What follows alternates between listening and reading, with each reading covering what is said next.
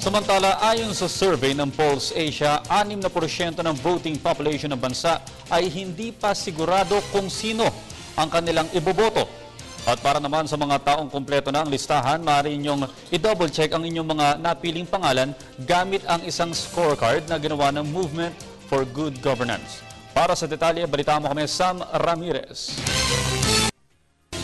Sigurado na ba kayo sa mga napupusuan yung kandidato? O wala pa kayong napipili?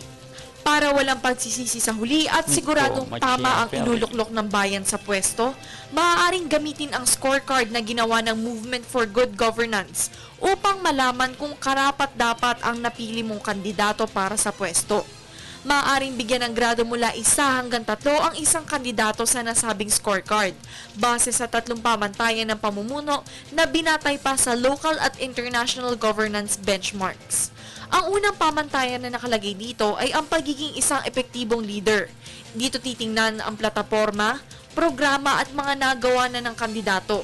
Sa madaling salita, sa pamantayang ito ay susuriin ang naging political career ng kandidato. Sa pangalawang pamantayan naman, susuriin kung pro-poor ba ang kandidato. Dito rin titingnan kung tunay na kumikilos ang kandidato para sa sektor na kinakatawan niya at kung may positibong epekto ba siya sa pinamumunuan niya.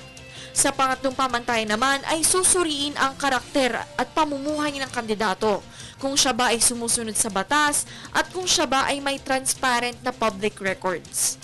Ang kandidatong may pinakamataas na puntos ay siyang dapat na isama ng botante sa kanyang listahan. Tandaan na mahalaga at sagrado ang bawat boto, kaya dapat maging responsable tayo sa pagpili ng nararapat na kandidato.